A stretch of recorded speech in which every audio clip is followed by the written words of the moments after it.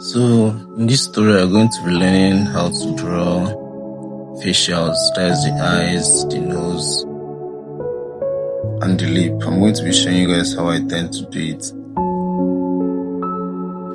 So while making my sketches, I always start by grading my artwork. I make use of this app, Drawing Grid Maker. It allows me to create grid lines, after which I'm going to draw the grid on my paper. So I tend to make use of grid lines by inches.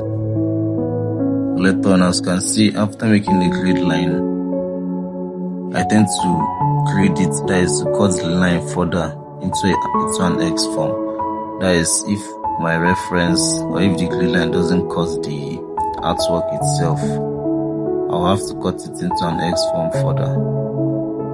So that is what I tend to do. As you can see, I'm already drawing the eyes, following the reference from my Drawing Grid app. So if you don't really know how to make use of Drawing Grid Maker, please comment below. I'm going to make a video showing you guys how to make use of Drawing Grid Maker app. That is to get your drawing.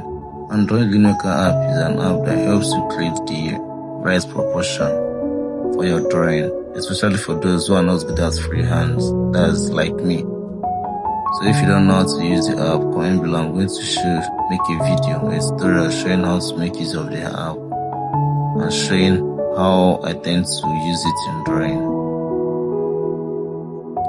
So another thing you should know about making your sketches, you want to use a very light pencil, then you make it very sharp, so that when you are going to be shading it, you avoid the sketch marks, to avoid making the artwork look like cartoonish or the line of the grid coming out after shading.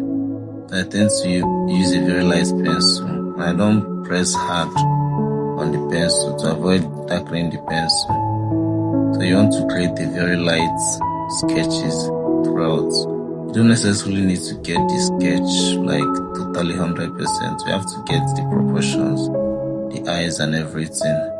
So that while shading, because the most important part of a drawing is the sketch. Once you get the sketch, then I think the shading will go well. So guys, if you love the tutorial, don't forget to like and subscribe for more tutorials.